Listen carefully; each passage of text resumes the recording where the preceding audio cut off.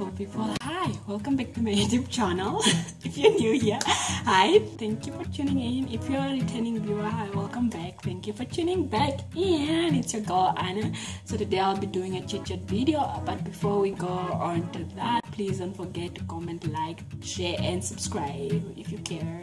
Even if you don't care, just do it, okay? Just do it.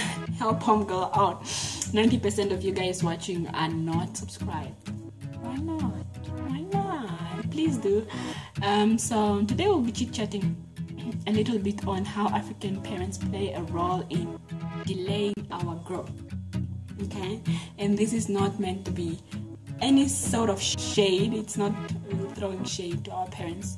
Of course, we have gratitude and we appreciate everything that they have done for us, raising us up, providing and all that. They did their best.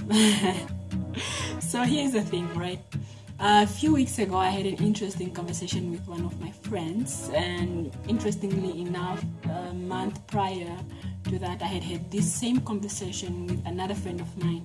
So this is the thing, most of us grow up in an extended family where we grow up with our cousins, our uncles, our nephews, aunties, and so on and so forth in the same household, right?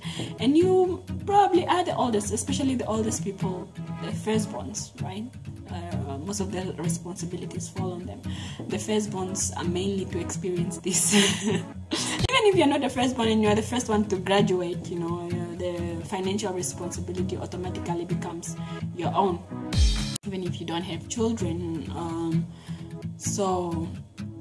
Let's be honest, most of our parents don't really have a financial plan for us. They just sort of wing it, go with the flow, you know. And I think it would have been a lot helpful to our financial growth if we didn't have to, like, you know, become the financial pillars of the family once we graduate or get a job.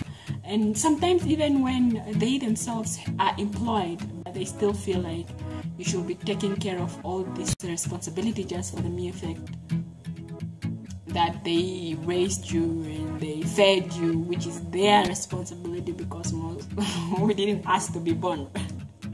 But honestly, we didn't ask to be born, so it's sort of unfair, all right? For me personally, my experience is slightly different because my family,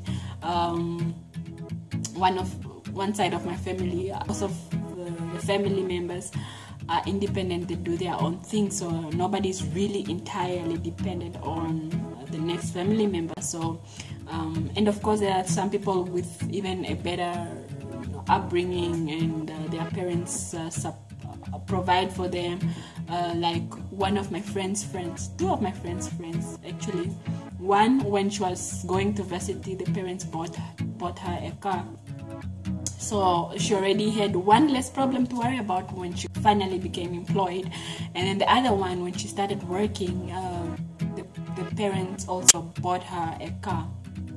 So that already, like, you know, gives them an upper hand when it comes to financial growth, because then they can save up and invest or purchase property, something that will, like, you know, add value to their life, instead of like they have to start over. We are solely responsible to provide medical care, for instance, or if there's a funeral, everybody is looking to you to provide for that. Or if for example somebody is going to school, now you have to pay for tuition fee. All this take away from your personal growth, your personal experiences that you can be experiencing, you might have experienced if your parents had a better plan for you financially, you know.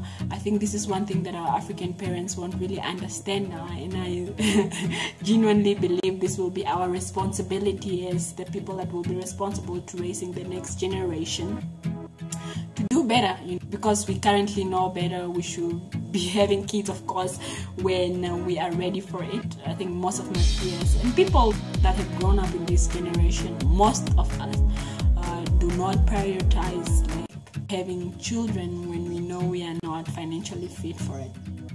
So it will be our responsibility to make this change and make sure the next generation that comes up have an upper hand as well, have a different experience from ours. They are financially fit or prepared to grow themselves further.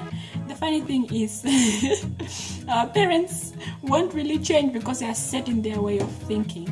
I'm curious to know how many of you guys do experience this, and if your experience is different growing up in an extended family, or if you grew up in a nuclear family, how is that different? How is that giving you an upper hand in your financial growth, or in your career, in your experiences as well? Please do comment down below. I am genuinely interested into knowing if many of you guys have the same experience. If so, how has it been thus far? Yeah, so that's basically it.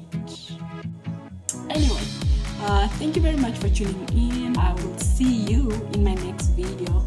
Please don't forget to comment, like, share, and subscribe.